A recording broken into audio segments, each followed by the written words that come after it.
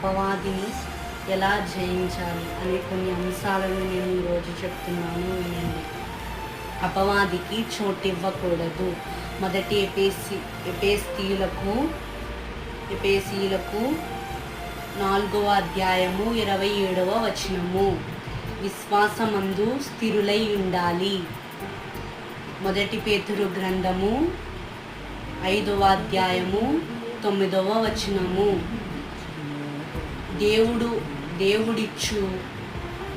దేవుడిచ్చు సర్వాంగ కవచమును ధరించాలి. ఎపేసీయులకు రాసిన పత్రిక 6వ అధ్యాయము 11వ వచనము. వాక్యమును దేవుని వాక్యమును కలిగి ఉండాలి.